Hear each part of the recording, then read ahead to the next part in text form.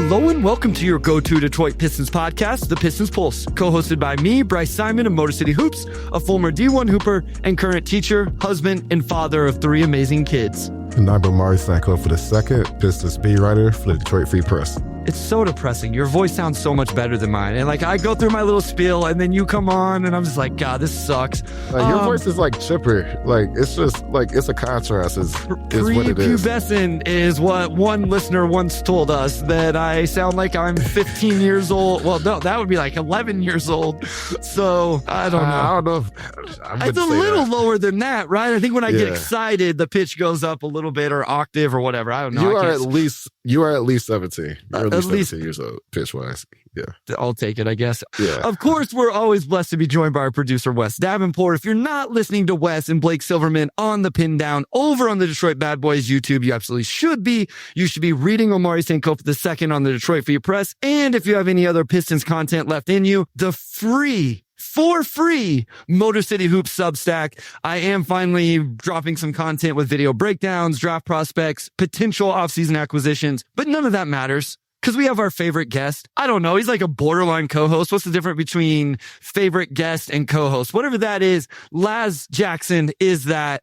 We're going to have a great episode today. Laz, how are you doing? I'm doing great, guys. Thanks once again for having me. Settling in to enjoy the NBA Finals Game 3 tonight. I know the atmosphere in Indianapolis, this is going to be crazy. Bryce, you sound at least 20. Like, give yourself some credit. So you're not helping because your voice sounds phenomenal as well. So like, I should just shut up, like ask as quick a questions as possible and let you and O2 do all the talking. But real quick, predictions tonight and the rest of the series. O2, you go first. Like, I feel really uncomfortable betting against this Pacers team because as long as they're within 16 points with 2 minutes, like, it's a winnable game. So it is going back to their place. So in my mind, OKC is, I mean, like, they've been the best team in basketball all season for start to finish. So like, in my mind, like, they should win this in like 5, but I'm just going to go Indiana because they go home and they keep finding ways to voodoo magic, like, losses into wins. So that's all I got. Like, I wish I had some real analysis, but I don't. Wait, so you have Pacers tonight, but do you have Pacers in the series? I still have OKC in the series, okay. I think it's probably going to go 6. Yeah, I think it's going to go 6. We'll revisit this next week. All right. Laz? Yeah, Pacers win tonight, and that's the last game they win this series. Love it. Love it. I'll take it. I picked Thunder in 5 before the series, so I need 2 OKC road wins to stay with that. So it's been fun. I thought it'd be a competitive series, fun, competitive series. We've got that so far. But let's talk Pistons today. Quick rundown here, guys. It's going to be a fun episode. We're going to get Laz's thoughts on the offseason in general, maybe some rookie extensions, acquisitions, what he thinks should be Trajan's path moving forward. Then we're going to look, I actually gave my first homework assignment on the Pistons Pulse. I did get some homework. I appreciated the homework. That was very meaningful. So we're looking at Maxime Renault. We're looking at Chaz Lanier. God, I forgot my other assignment. Who was my other assignment? Alex Tui, yes. And those archetype of players. So not just the players, but also those archetypes. And then we're playing Sheet or Sham at the end of the podcast. We'll bring Wes on to do that. Although O2 may take an entire segment complaining about something, it sounds like. It's not going to be a whole segment. We'll see. I mean, it might be. We'll so, we'll see. Our guy Harry says, what up, though? Harry, I was over on the Order of Blazing Horse earlier. Obviously, he helps over on the Substack. YouTube user, I got game theory tonight after game 3 also. So it's been a lot of podcasting today. I do get some good sleep, though. Laz, Pistons offseason. Let's go 5,000 foot view or mile high view or whatever you call it. Big picture view. Just give us those thoughts before we get into specifics of extensions or whatever. Like, what is your process? What is your outcome you would like for this offseason for Detroit? So I don't think my guiding star so far this offseason has been you can't run it back with this exact same team and expect to make any progress. So whether that's if you operate as an under the cap team and don't bring back a lot of guys and you regress kind of on purpose a little bit with the hope of finding some young talent and like developing them a little bit, that's one thing. If you make your version of the Gobert or Donovan Mitchell trade this offseason, you go all in. Like, now that you finally got control of your draft future, you go all in. You get an all NBA level or an all defense level guy, and you slot that into the rest of the core, and you're saying like, okay, like, we've arrived, we're here, we're moving forward. You do that. But what you can't do is just bring back Malik Beasley, bring back Tim Hardaway Jr., bring back Dennis Schroeder, and be like, all right, we're going to get 6th in the East again. Cause, despite the injuries to Jaden Ivey and the really poor play of Jalen Duren for like the first 25 games, like so many things can go wrong over the course of a regular season. You need to try to improve this team in order to move forward. So that's where I'm at with the offseason. Like how they do that? Like, I don't know. I've heard Naz Reid. Like Naz Reid is the name that like really intrigues me just because I think he slots along nicely, like age-wise with the rest of the core. He slots along nicely at a projected price point with the rest of the core. If he's making like $50 million a year, like I'm a lot less interested in Naz Reid, but like I don't think that's possible, or I don't think that's feasible. So, and then you have guys like, I don't know, I've said Nikhil Alexander Walker, I've heard Keon Ellis. Lauri Markkanen has been like the big name over the last couple of days because they had that report from that dude I've never heard of on Twitter. No shade to him, but it's a lot of dudes popping out of the woodwork right now. And Lauri interests me, and I'd be curious to hear what you had to say about this, Bryce and Omari. Lauri interests me because like he is a good archetype to slot in next to Cade and Jalen Duren and Asar, and you probably got to get up off of Jaden Ivey or Asar Thompson in that trade. So not everybody, but at the same time, he makes a little under $50 million. He's going to continue to make a little under 50, a little over 40 for the next 3 to 4 years. And so you're in a place where between paying Cade after the All NBA bump and Lauri Markkanen, like a combined like $98 million a year, like that's your team. And you extend Jalen Duren, like that's your team. Like you have locked in the core. It's like, is that a good enough core to lock in, or have you done like the Atlanta Hawks, like conference championship thing? Or have you even done like Memphis the year they won like 50 games and were the 2 seed and made it to the second round, right? Like, have you locked yourself into a team that's like not actually at the level you would like it to be, like moving forward, and kind of just crossing your fingers and hoping that like your young dude improves from top 15 to like top 7 and like pushes you over the hump that way. So yeah, that's kind of my like big picture thing. Omari, what are your thoughts about Lauri Markkanen, I guess, to start? I don't like the price. Like, I think I'll probably start there. If he were like, like, and it's like 10 million. I know like in today's NBA, 10 million is not as big of a gap as it used to be, but like, I don't know if I've seen him in the like, this is definitely like our third best player that you want to play this type of money environment. And, there's a chance somebody else on the team develops into, the type of player where you don't need Lauri Markkanen to be your second best, but that's also another aspect of it. Like, I don't know if Markkanen's like the initial trade you make. To me, that's like maybe the trade after the initial trade when you have sort of a hierarchy set with your top 2, kind of like how Boston, when they got Porzingis, once they already pretty much had the other guys locked in. But overall, like, it sounds like you're just higher on like the field essentially than just bringing everybody back. Like, you see all these names out there or potential trades, and it sounds like that intrigues you more than just bringing back THJ, Bees, and Schroeder. Is it just you saw enough of those guys? Like, where does that kind of like, where's your thinking on that? I think it's a combination of like there are other teams that finish behind you in the East that I'm a little bit more wary of now. Like Orlando in particular. Orlando was ravaged by injuries to Franz and Paolo, we know, during the regular season. And that's a very scary matchup for the Pistons because as currently constructed, they just don't have the size to deal with them. People have started to talk themselves into Atlanta. It's easy for me to see how Atlanta gets there, but they actually like have to get there. So like it's an early offseason thing, but like I'm keeping an eye on them. Jalen Johnson could make some sort of, he's some sort of really good player. So, yeah, I was like so wrong on him from a draft eval perspective. I was like, this dude sucks. Like, what are we doing here? You always have Johnny Davis though. You called that one from day one. Hey, I like Johnny Davis too, so we can. No. Laz said he wasn't going to make it. No, yeah, I knew Johnny Davis was scoring the like toughest 20 points a game I've ever seen anyone score. It was not going to work. Yeah, that's why I was like, well, just give him some space, and now he's getting easier buckets. No, it didn't work out that way. Nope. No, but like Indiana finished 4th, and they're very clearly like much better than anyone expected them to be, and perhaps well positioned to ascend in the conference. Who else is behind them that I'm a little like worried about? That's pretty much it. Like maybe Toronto does something crazy and like trades for Giannis or something. But there's all the podcasts I listen to. No, so like everyone I talk to, no, it's the podcast I listen to. But everyone says it's going to be a summer of great upheaval. in the NBA. And if there's going to be a lot of upheaval, there's going to be a lot of guys switching teams, like kicking off with this KD trade that seems like it's going to happen before July 1st. Like if that's going to happen, I would like to get better and not just like be hoping to be in the same place like after the landscape settles, you know? Okay, so let's go with that then. Like improvement, where is the biggest area of growth then for this team? Like, because a lot of people, and I think fairly so, whenever I have expressed similar things in terms of I don't want to just run it back with the exact same roster, will fairly push back and say it's not going to be the same roster because Jaden Ivey is coming back from injury and Asar Thompson has an offseason and we never saw all of those guys play together. I'm not going to ask you necessarily what you think those guys are. How worried are you about maybe stepping over some of the young guys' growth with any of these? Or is it like, take what Tim Hardaway Jr. did and improve that? Take what, I don't know, Schroeder did and improve that? Or, you know, maybe what we were hoping Fontecchio was going to be and we improve that, getting a backup forward that's the heir apparent to Tobias Harris in the starting lineup or something. You know, like where do you see that biggest growth or improvement, Laz? And even players that would be able to do it for you. Bryce, you took all my points. My bad. I'm sorry. Improve on THJ.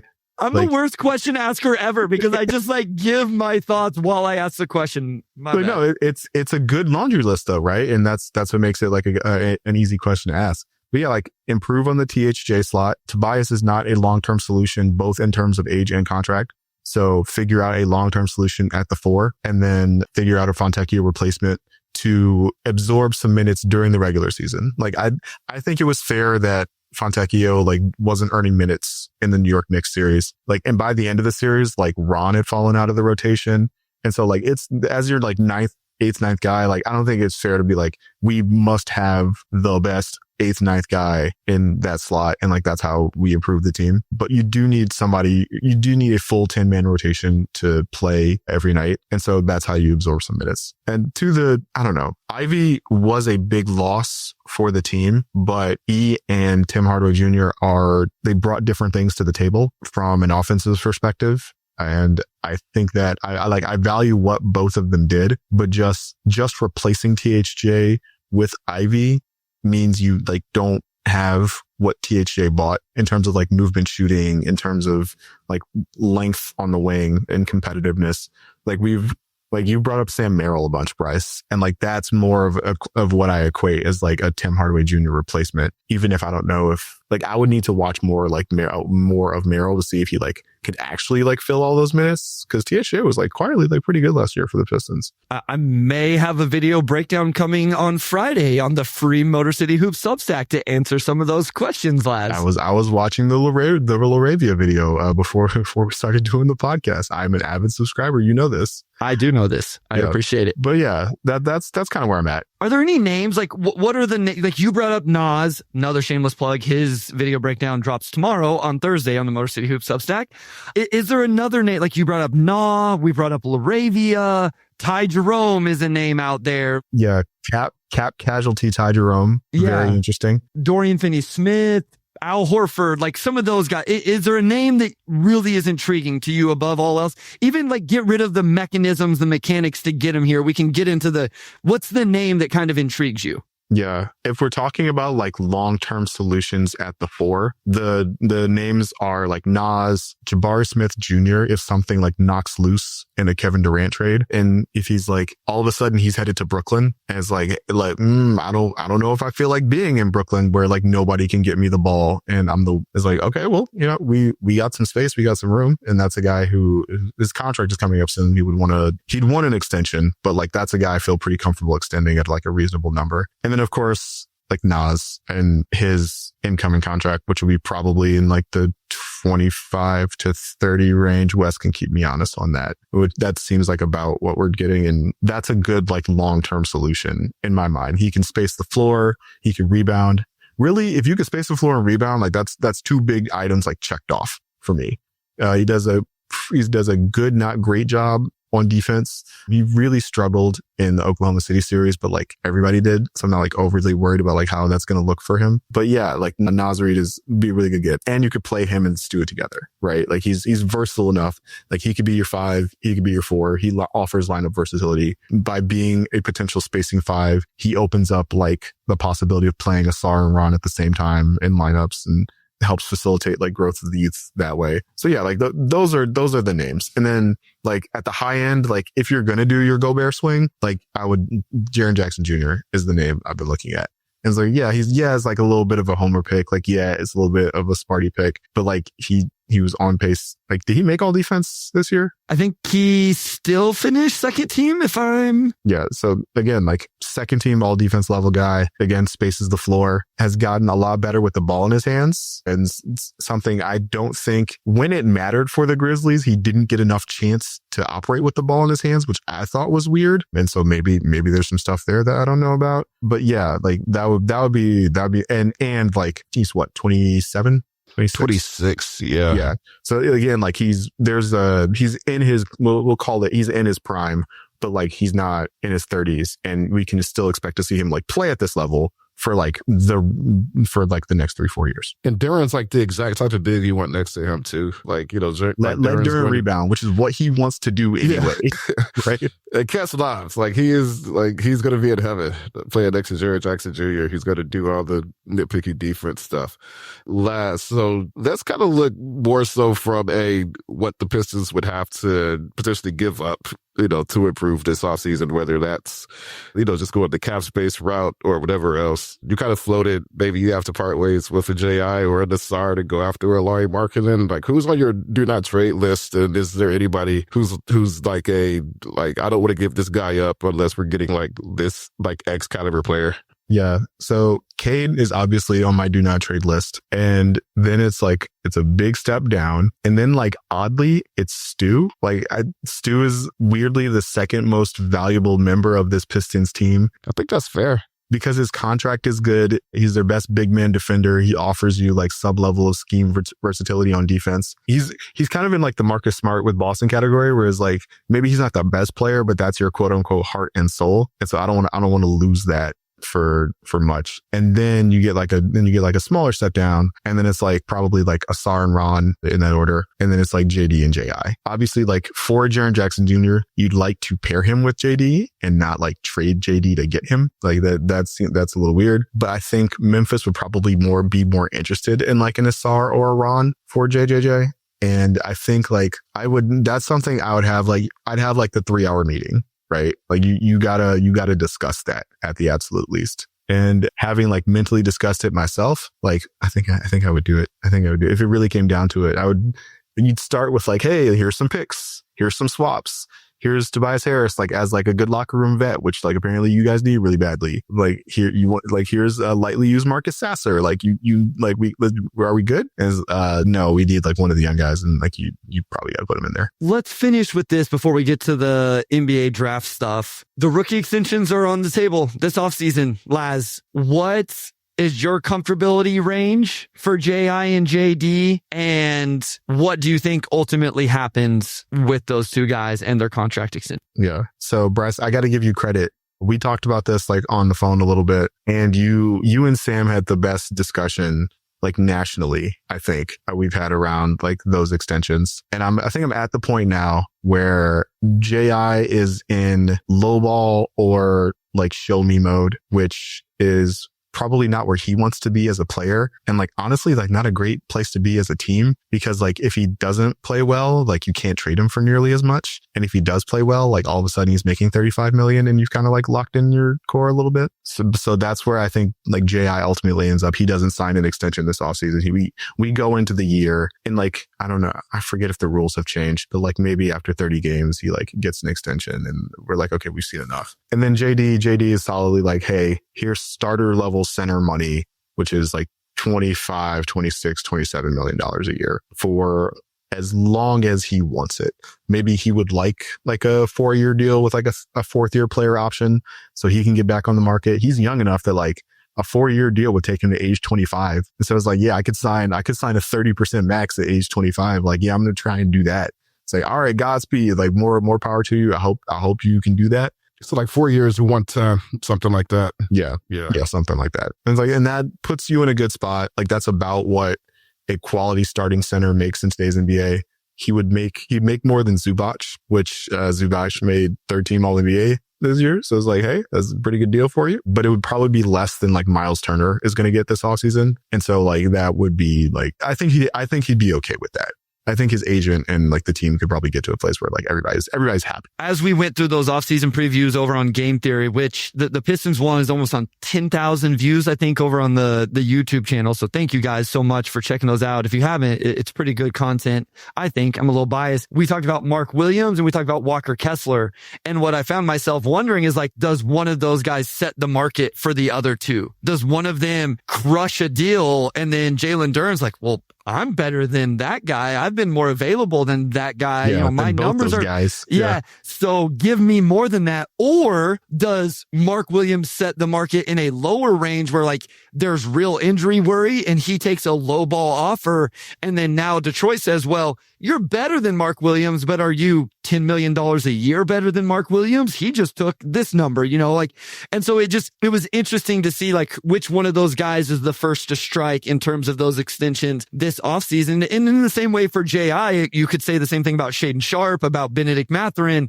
What kind of deals do those guys end up signing this offseason as well? So I think it'll be interesting. I think those are the two biggest decisions. I don't foresee them going, hunting for a big name, although Jaren Jackson Jr. would be awesome. Trey Murphy III is the other name that I like have kind of fallen in love with. I don't think you can get Trey Murphy. I don't think so either. I just love his game. And if the Pelicans want to be crazy bad again for the next 5 years, and they might like they may decide to do that. So all right, we are going to cut it off there. When we come back from the short break, I gave some homework to Omari and Laz regarding the 2025 NBA draft. 3 names, 3 archetypes.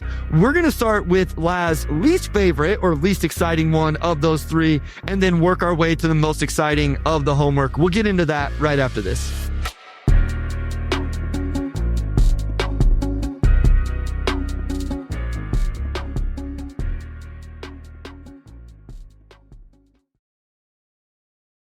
All right, we are back with segment 2, and we're going to get into some draft talk here, looking at the 37th overall pick. And we have 3 names here. The first name is somebody that I reported the Pistons worked out last week, Tennessee wing Chaz Lanier. And I'm going to give the stage back to our guest here. Bradley, what are your Hold on, Chaz one sec. Let's give him all 3. Yeah. Oh, yeah. So we have Chaz Lanier. We have, Maxime Renaud. He's French. Maxime Renaud. I was like, you can probably get the names for it because I don't know if I'm And then we Alex Tui. He's Australian. Alex Tui, who is Australian. So Chaz Lanier, Maxime Renaud, and Alex Tui.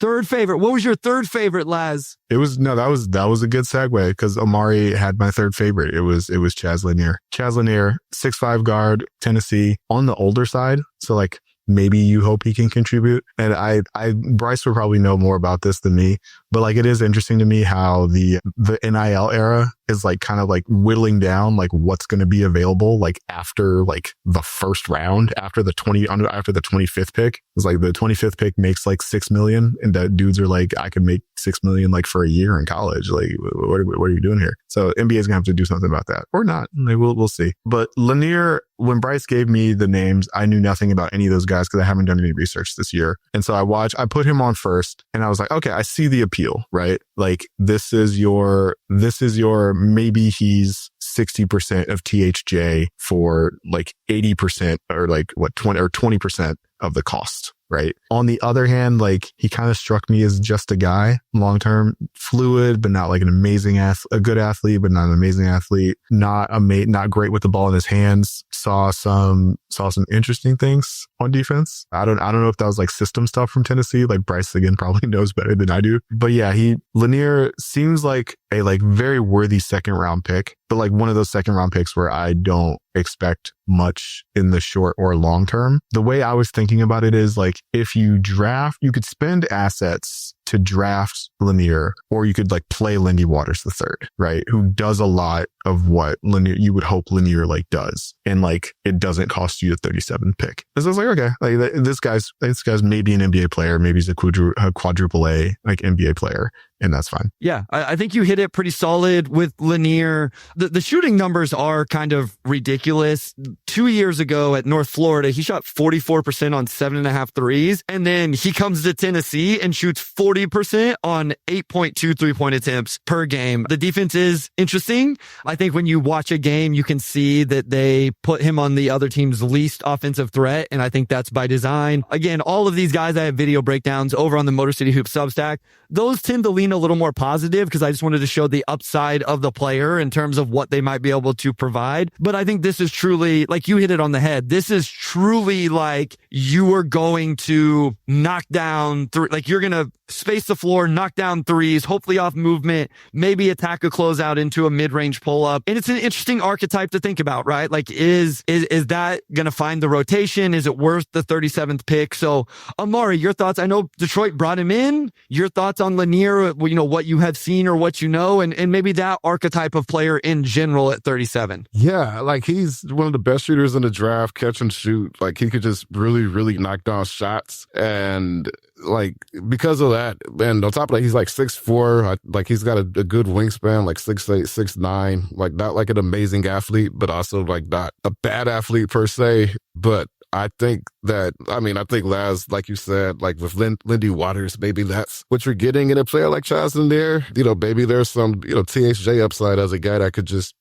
take 9 threes a night on average for a long time and knock them down between the 36 to 38% clip, which, can lead to a pretty long NBA career. I like Chazanier a lot. Like I would probably have him second on that prospect list just because I think you know exactly what you're getting from him. And like, there's a lot more to the NBA than just knocking down threes, but at the very least, like, you're getting that. And like at 37, I think there's this value in having that level of certainty. If people are a little bit smaller, like, I'd probably be like, I don't know. But at 6'4", with that wingspan, I feel pretty good about him being an off guard. For what it's worth, I have him in the early to mid 40s on my personal board, right next to another player that Pistons fans often talked about, Kobe Brea, the same kind of ilk of player in terms of just being a big time shooter, floor spacer. Brea might be as good as they come in regards to that. And to your point about NIL, it changed it. Like, you guys aren't going to like this, but the University of Michigan definitely got a huge payoff from the NIL area of college basketball, not just because they were able to pay Yaxel Lindenborg, but because they were able to pay Yaxel Lindenborg enough to stay in college and not in the draft where, I mean, for me, he was a borderline first round pick, but I can't imagine he wasn't getting enough love to at least be, he wasn't going to get a first round guarantee, but probably at his age say like, I'm going to go ahead and stay in it. And maybe not. Maybe Yaxel loves college. Maybe Michigan was his dream school. I don't know. But there were a lot of, there was a mass exodus of guys, and the range it truly hurts is this like second round range. Like, there's a fewer guys to be excited about. And Sam and I have both said right around 35 to 40-ish is when we start to find guys like we're just not super excited anymore. So, all right. So Lanier is out. I am fascinated to see if who I think is going to be your top guy is. So I'm fascinated to see what your name here is in terms of who was the second guy for you, Laz. Yeah, the second guy for me was Tui, 6'9", 21 years old, 1-to-1 assist to turnover ratio, which like immediately told me like, oh, this guy's a play finisher as a wing. When I turned on his like YouTube stuff, the first thing I noticed was that he gets the shot out quick, which is a good thing to have at his height. It doesn't go in. He's not like an elite shooter like Lanier, but from a 6'8", 6'9" guy with that build to be able to space the floor like that, like that's definitely like interesting in a way like Lanier like didn't kind of jump off the page at me. He's a good rebounder. Is not afraid to like mix it up. I like that. Again, like if you can shoot and rebound, like you've cleared like a pretty like decent bar for me. And then what else? Not a good, not great athlete. Like wasn't dunking in situations where I thought like a normal, like baseline NBA athlete like would be dunking. But again, like he's big. And so with like, there's ways you can cover that up positionally, even in today's like spaced out game that made him again, like more interesting than Lanier. I think he's like, but the athleticism concerns like definitely like pigeonholed him as a 4, right? Like they were playing him at 3 in Australia. And like, I think that's fine in the NBL, but like not at the NBA. Like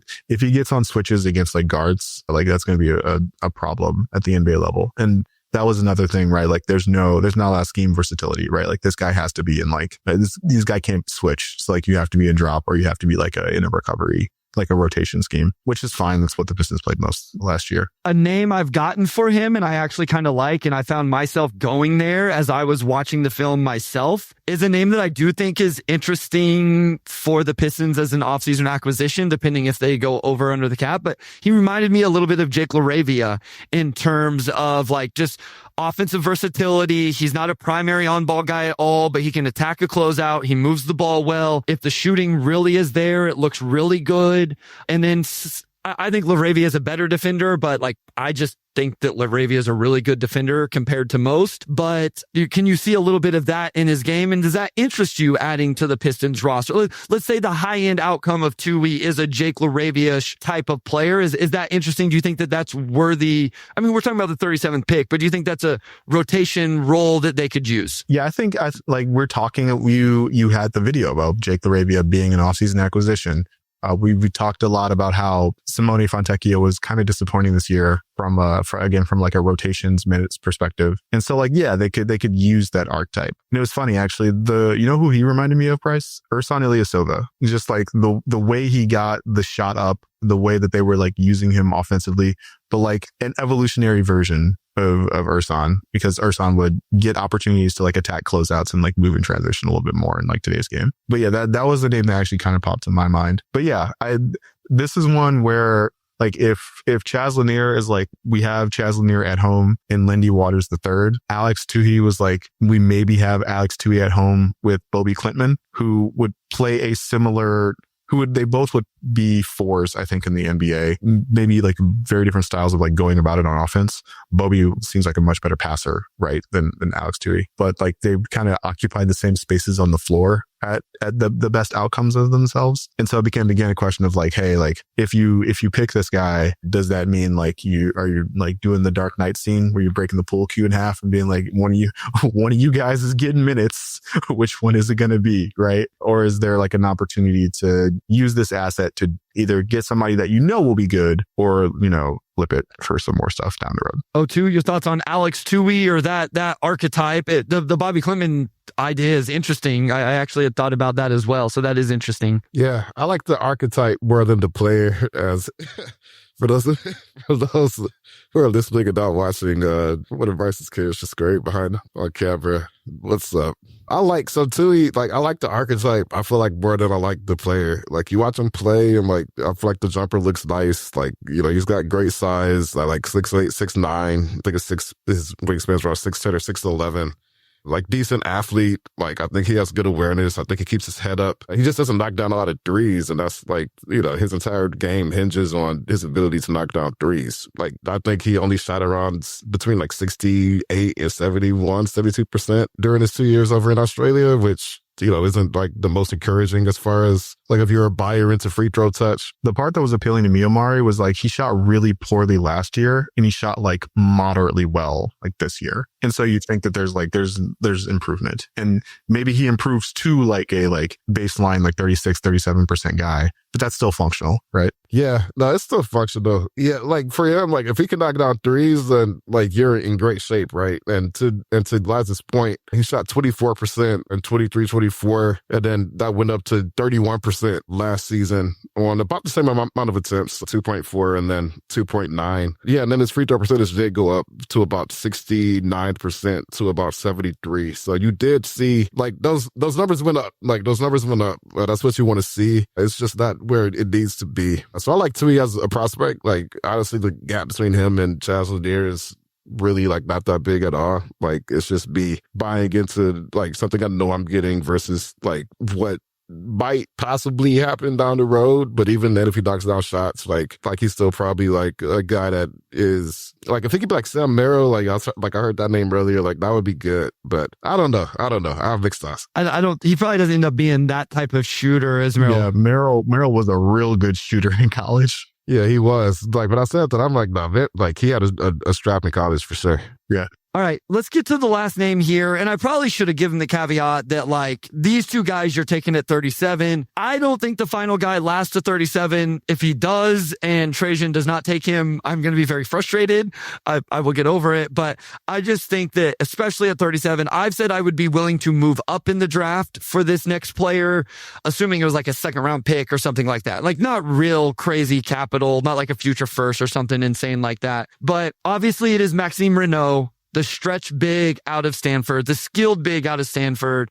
Laz, were you like, just, I'm not that crazy about these other two guys and I do like Maxime, or a little bit, or like you think that Maxime is a dude that can really play and would fit this roster? Like, where did you land on that spectrum? So as I've talked about, like Lanier being Lindy Waters and Tui maybe being Bobby Clinton, like the Pistons like very much like don't have a dude who did what Maxime Renaud like was doing on the court for Stanford. Again, like as somebody who's coming into this cold, I was like, wait, like who is this guy? This guy's 7'1", executing like spin moves in the lane, shooting. It was really intriguing, right? And like, yeah, he's a little on the older side, but the Pistons have wanted a stretch big on the floor when Cade or like when one of the point guards are on the floor. They've needed that for a while. He shot well from three. Yeah, 35% from 3 on 5 attempts a game. So not crazy, but he's a stretch big, right? Like that's a good. Again, if you can shoot and rebound, which he did both, is like, again, like you've cleared a very big bar for me. So I like the fact that he did that. And it was funny too, Bryce. So before I looked at the video, I looked at the stats, like just as like, okay, like what kind of player am I getting here? And I saw as like, okay, he's 7'1", okay, rebounds and shoots. It's like, okay, he shoots. Like that's cool. And it's like, he has a 31% usage rate. Like what's going on here? And then I turn on the YouTube clips and he's like facing up. He's like attacking off the catch. He's like pump faking and going by guys. I'm like, what is this? This is amazing. And so like, yeah, he was pretty clearly the best option out of all those three to me. But as you mentioned, like he was intriguing enough to where I was like, I don't know if he's there at 37. Again, like coming in completely cold to the draft, at least to the like not top 2-3 picks of the draft. It was like, yeah, I don't know. This, a 7'2" guy who shoots the way he does and moves the way he does not generally last until the 37th pick. So that was my Maxine takes.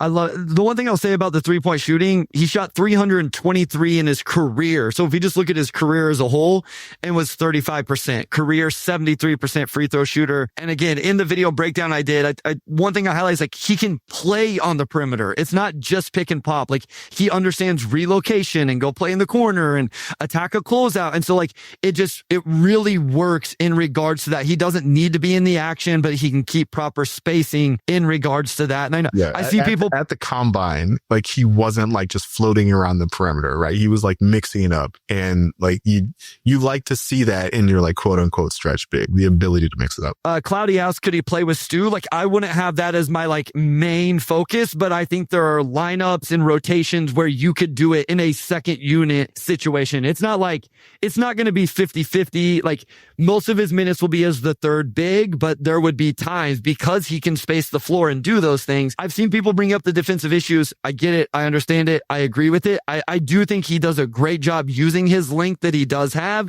and he understands position. And sometimes guys can at least survive, especially in the role we're talking about with Renaud doing that. So real quickly here, O2, your thoughts on Maxime Renaud and that archetype adding to the center position for Detroit? Yeah, I mean, pretty much everything last I agree with, and he's also my favorite prospect out of the group. Like a super coordinated big, like can put the ball on the floor, really solid shooter. Swing skill for him obviously would be defense. Like, he has good size at center. He's not like, elite size or athleticism. So, you're hoping he could just be like a really elite drop big. Like, I'm not saying he's going to be Brook Lopez, but that's kind of the archetype you would ideally have him occupy. That's sort of a 3-and-D center, but everything else offensively is great. Like, I think he would fill a huge role for this Pistons team pretty instantly, especially just given that they kind of lack that spacing at the 5. I'm a fan. Like, I don't think he's going to be there at 37, but if so, or if there's a way you could, maybe give up a future second and move up a few spots to get him, then, like I say, it's worthwhile. The thing I'll say about moving up to get him is they moved up to get Marcus Sasser a couple years ago. And like, while I think Marcus Sasser has been like, he's been about what you could expect for the 25th, 26th pick in the draft. It's like that player has not been like hugely valuable. Again, like no rotation minutes in the playoffs. And so like, do you want to, again, like, are you expending assets to get something that's like, again, like only going to play up during the regular season? It's like, do you really want to be doing that? It's like, we could use these assets for something else. No, that's a great point, because I think more so than like, let's just say where they play the board. Trajan knows exactly where he needs to move to. He plays it perfectly to draft Maxime Renaud. Let's not even worry about whether that's 25th or 29th or 36th, right? Like, we just know that Trajan knows where he has to get to. What are you willing to give up to go get Maxime Renaud? Like, forget anything else. 1 second-round pick, 2 second-round picks, the aforementioned Marcus Sasser. Like, what would you be willing to give up to go grab Maxime Renaud? Yeah, I think you can give away future seconds, because you can always find future seconds. Like, somebody somewhere's always got some second rounders for you if you like really need them. So yeah, I think if you really wanted to move up to like 32 and give up like some future seconds in the next 2 years, like, I think that's something I'd be fine with. I'm there as well. I want to get out real quick on these, and then we'll come in. We'll let Omari talk about restaurants and make people mad. Keith Black Trudeau says, I'm at the point at 37. I just want the most fun player available. And to me, that's probably Hansen Yang. Keith, I literally broke down Hansen Yang film today. That will be on the Substack next week. And that dude can pass and not move very much, but he is fun. Quick Darshan says, stretch fours, Boga Markovic. Yeah, that is a guy I'd be interested at 37. Real floor spacer and shooter is Markovic. Out of KK Mega, that's where Nikola Topic started last season before he moved to Red Star. Mr. Ray, Adu Thiero, Drake Powell. Video breakdowns over on the Substack of those guys. Thiero is like super athletic. Kind of gives me Hamidou Diallo vibes, but maybe he fills out the jumper or is just better defensively than what Hamidou Diallo was. Drake Powell is the younger kind of prospect that I think really defends. Can he find the jumper? And then YouTube user says trade up and get Fleming. I'm a big fan. You can't mention Rasheer Fleming to me because I love Rasheer Fleming. Ryan Cockbrenner, I am a little lower on Ryan Cockbrenner. You guys have any quick thoughts on Cockbrenner, O2 or Laz? Have you guys got any of film of him or anything? No pressing thoughts. Okay. I don't want to talk. I did my homework. I did not do extra credit. Okay. That is fair. 100% across the board. We are going to break. When we come back, Omari is going to talk about something, I don't know what, probably a bad food take. And then Wes is going to come on to play Sheet or Sham. We'll get into that right after this.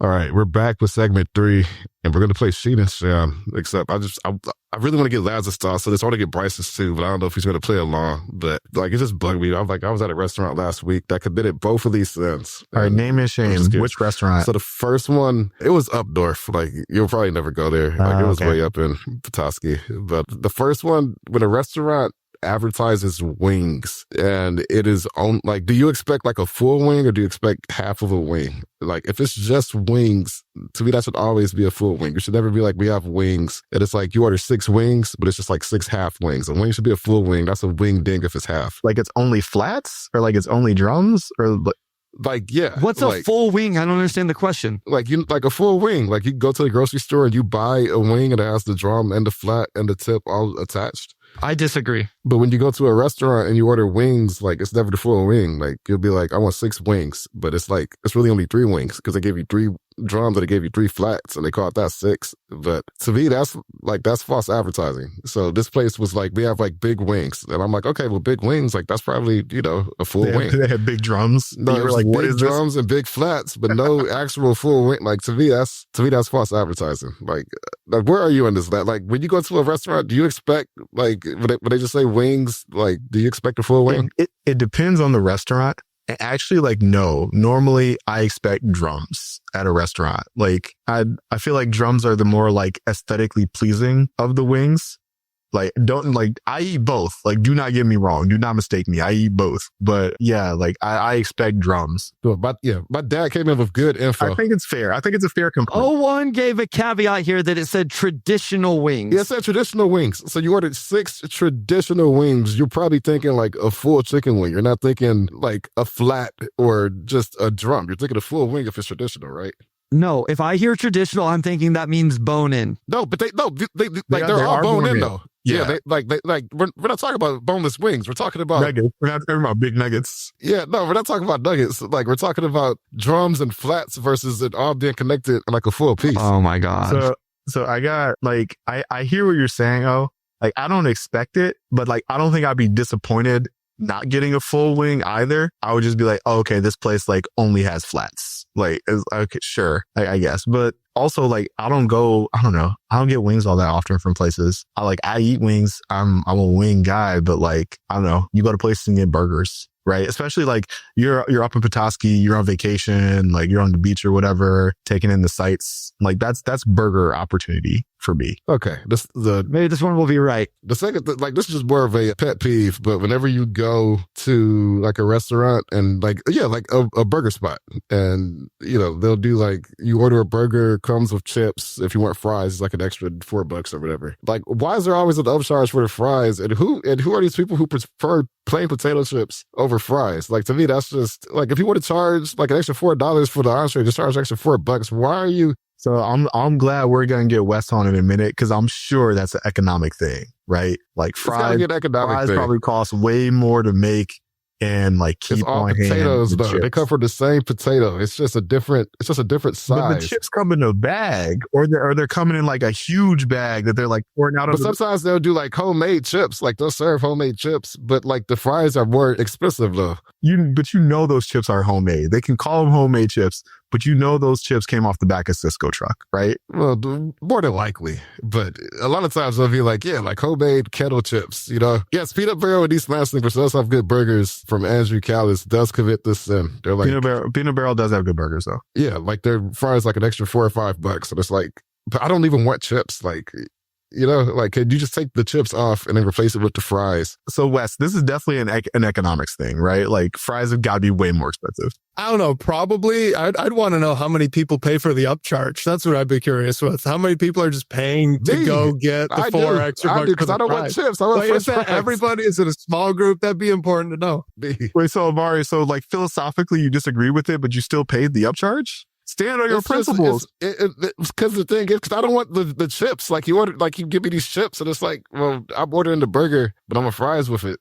But it's just, but why are the chips even there? Like, to me, that's like a lost leader to get you to order. It's like how Apple has like the 64 tier stores. They're trying to force you to upgrade to like the 256 for the longest. Because like 64 like did not suffice 2 years ago. I think it's like 128 now. But that's what it is. Like, you don't want the bottom tier. You want the middle tier. YouTube user got the power move. Pull that up for me, Wes. That's the power move.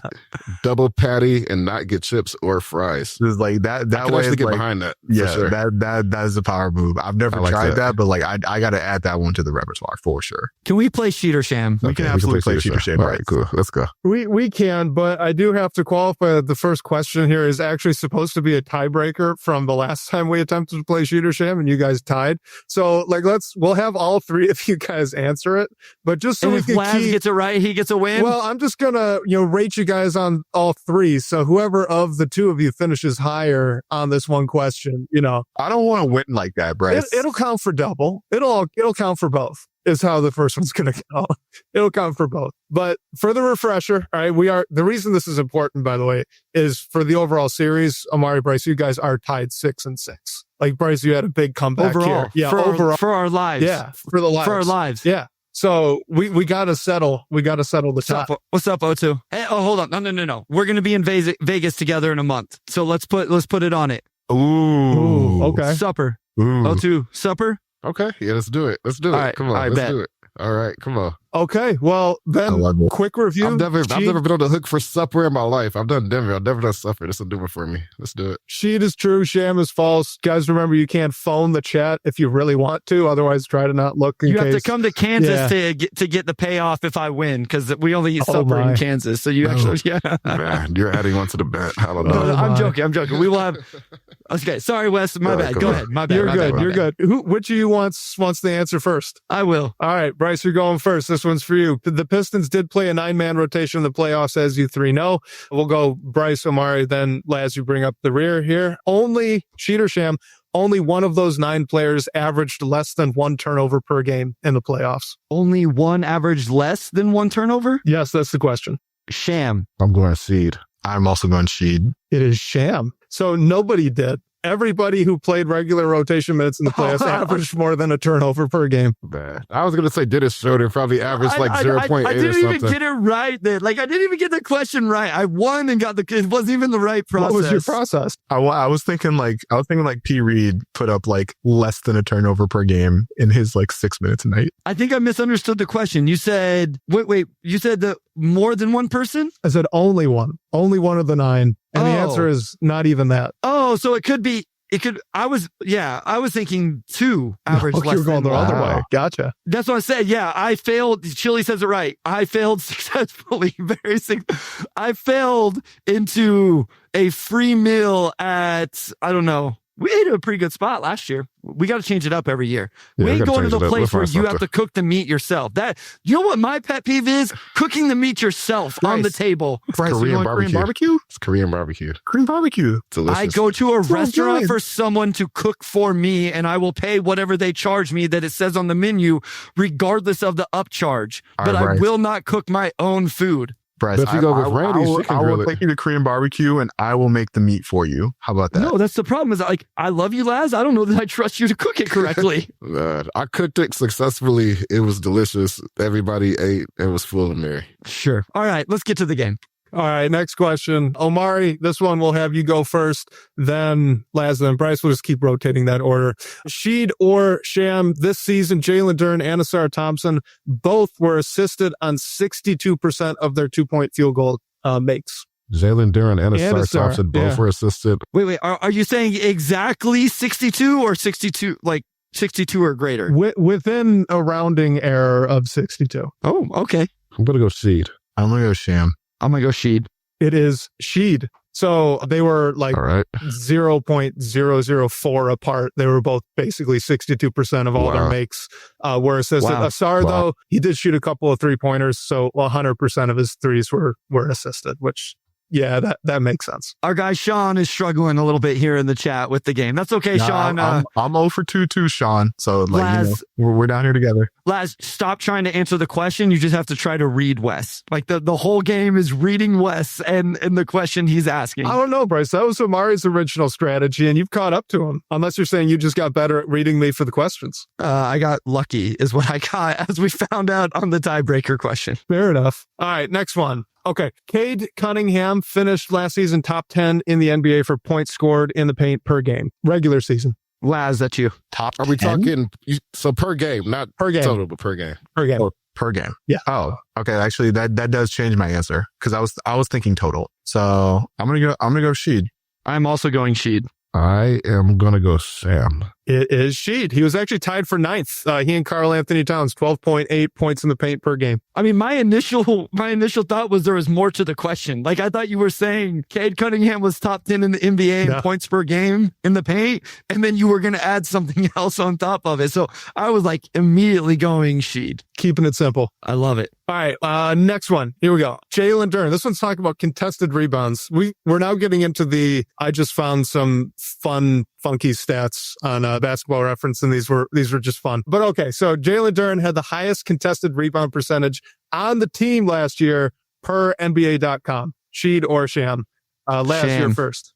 Bryce jumped the gun. What did you say? No, I think no, Bryce was first this time because I was first last time. Oh, okay. My bad. Yeah. I said Sham. Okay. I said Sham. Amari. Yeah, I'm gonna go Sheed. I'm gonna go Sham. So it's Sham. It was actually Paul Reed. Paul Reed at 47.2%. But, credit to Paul Reed because he's pretty short. Sense. Almost all of his rebounds are going to be contested. Number 2, was that Jalen Duren? I say no. I also say no. Yeah, it was actually Asar. Asar. Yeah. Asar. I was pretty shocked by seeing that. JD grabs a lot of Carmelo Anthony, like, get out of here. This is my rebounds. Yep. Again, you guys don't know Wes well enough. You got to know Wes. I'm just happy I snapped the over streak, honestly. You had 2. You've gotten 2 right What's now. the score Les. now? All right. The score is, Bryce, you've won. So you've gotten 4 correct. Omari's gotten 1 correct, and Laz has gotten 2 correct. So you're going to take We're a out of big questions? lead. No, you only have one more I've question? got one more. There are a couple Okay. more that are related to the last one that we could do if you want, that are just kind of, again, fun. But No. Let's do one, and then I'll win, and then we can have fun. Okay. Sounds good. All right. Omari, I think this one's yours. So of the regular rotation players on the Pistons last season, Simone Fontecchio, on average, is the fastest moving Piston. That is, his average speed and his minutes on the court was the fastest for all Pistons players. Sham. Sham. Sham. It's probably Asar and Ivy are on the team. Sham. Like, that's impossible. It better not be right. Sham. It's all shams. It's Sheed. It's correct. He moved the fastest in all of his minutes. Even if you Something sort it wrong with that out, tracking data. even if you sort it out on offense or defense. So the fastest offensive player was Simone Fontecchio. The fastest defender was Ron Holland, and then Tech was like right behind him. He's just sprinting out there. Sean Haddock says I'm sorry. I have to put some respect on your name. Paul's jump shot looks like Barkley's golf swing. I love it. Amazing. Okay, so I won. I have a two game lead on 0-2 now. Yeah. Yep. Because you got the tiebreaker. Because we came in 6. Yep. I love it. We got the tiebreaker. All right, let's do some fun ones. They were all just, again, related to the speed. So there's one of them with offense, defense, but slowest defender. Who was that? Just open questions. The slowest. Who is the slowest defender on average? Tobias. Cade Cunningham. Omari? See, the thing is, like, how exactly is the speed on defense being measured? I mean, speed is a pretty simple equation. No, it's not. It's not a simple equation. There are so many different directions you have to move in defensively. Nope. You can't do this. Are you going in those directions? No. Yeah. That's a different equation. Those are literally different equations. Speed is very simple. Miles per hour is how I always teach my students to remember it. Miles is a distance, hour is a time. Distance divided by time. That's all speed is. I mean, he was just teaching physics, if I remember right. I'm going to go TSJ. TJ, it was Cade. It was Yeah, Cade. fastest defender was Ron Holland, which makes sense. But okay, slowest offensive player. So Tech was the fastest, right? Who was the slowest? I'm going with Tobias again. Tobias has to be the answer somewhere here. All right, Tobias. I'm going to go Sasser. Okay. Slowest offensive player. I'm gonna go Duren. This was the only one I thought made sense visually to me. Isaiah Stewart was the slowest. I was average. thinking Beef Stew. Yeah. Sure. Makes sense. Okay. Yeah. He's not doing That's too right. many sudden movements on offense. He's just kind of in his Not on spots. offense. Yeah. I was Yeah. thinking Sasser, like, isolates a lot. And so he was probably, like, standing around a lot. Yeah. Yeah. I was thinking Duren just in the sense of, like, he's mostly operating in the knucker spot, but he does also occasionally have, some drives to the rim here and there. The rim runs probably helps his overall average out a little probably bit. helps. Yeah. A couple guys, a YouTube user brings up Bobby Klitman. I did qualify this with regular rotation players. So Bobby Klitman was not included. Actually, I can't say if Marcus Sasser for sure was in or not. So I probably shouldn't have accepted that answer because I did not count him as a regular rotation player. So that's on me. No, I mean, I think it's fair to not count Sasser as a regular rotation player. I don't know if he hit 1,000 minutes this year, and that's generally like my baseline on like whether or not you're like in the rotation or not. Especially when you're healthy for the most entire of the year, season, yeah. right? And you don't get those. So he played 810. So all right, Mr. Ray says half a point. So I'm up 8-6 overall. I will now be keeping track of this. I lost track when I was down like 6-1. Omari is buying me supper on the Las Vegas Strip. We'll make sure to send pictures of that so you guys can all judge my food choices versus his food choices. Who picks the restaurant? Yeah, I was going to say, like, Bryce doesn't like Korean barbecue. Like, it's going to be a thing about, like, which restaurant you guys are going to go to. I will let you pick O2. You can pick where we eat. Tell me about any allergies or just any, like, I'm not eating that. And, No, you know, like, you know this. Like, you when I came to Detroit that one time, you took us to the one spot that bad there. that I'd never eaten that type of food before. It was really good. So I'm all about you pushing my horizons in the food stuff. That place is on my list. I haven't been there yet, but that place is on my list. It's good. It truly was. Like, Randy and I both were there for that one, and we both really, really liked it. So, Wes, thank you so much. Good stuff. Make sure you're checking out Wes and Blake Silverman on the Pin Down on the Detroit Bad Boys YouTube channel. Laz, I mean, you're just one of us at this point. I hope that's okay if we claim you. We appreciate you. Let people know what you got going on, where they can find you, what you got. I got nothing going on right now, but you should, as always, check out Detroit Bad Boys, which is my home where all of my Pistons news. You should check out Bryce Simon's Motor City Hoops Substack. You should check out Koo Cahill's Substack. I forget what Koo named his Substack. It was some like Koo pun, I think. But Koo has actually done some really good work on the season reviews and the season stuff for the Pistons players that he's put out so far. I've really enjoyed those. And then, shout out Harry and the Order of the Blazing Horse as well. Omari, take it away, my guy. All right. Big thanks to our audio producer, Robin Chan. Thanks to our editor-in-chief, Nicole Avery Nichols. And big shout out to Wes Davenport, as always. And we'll talk to you all next week.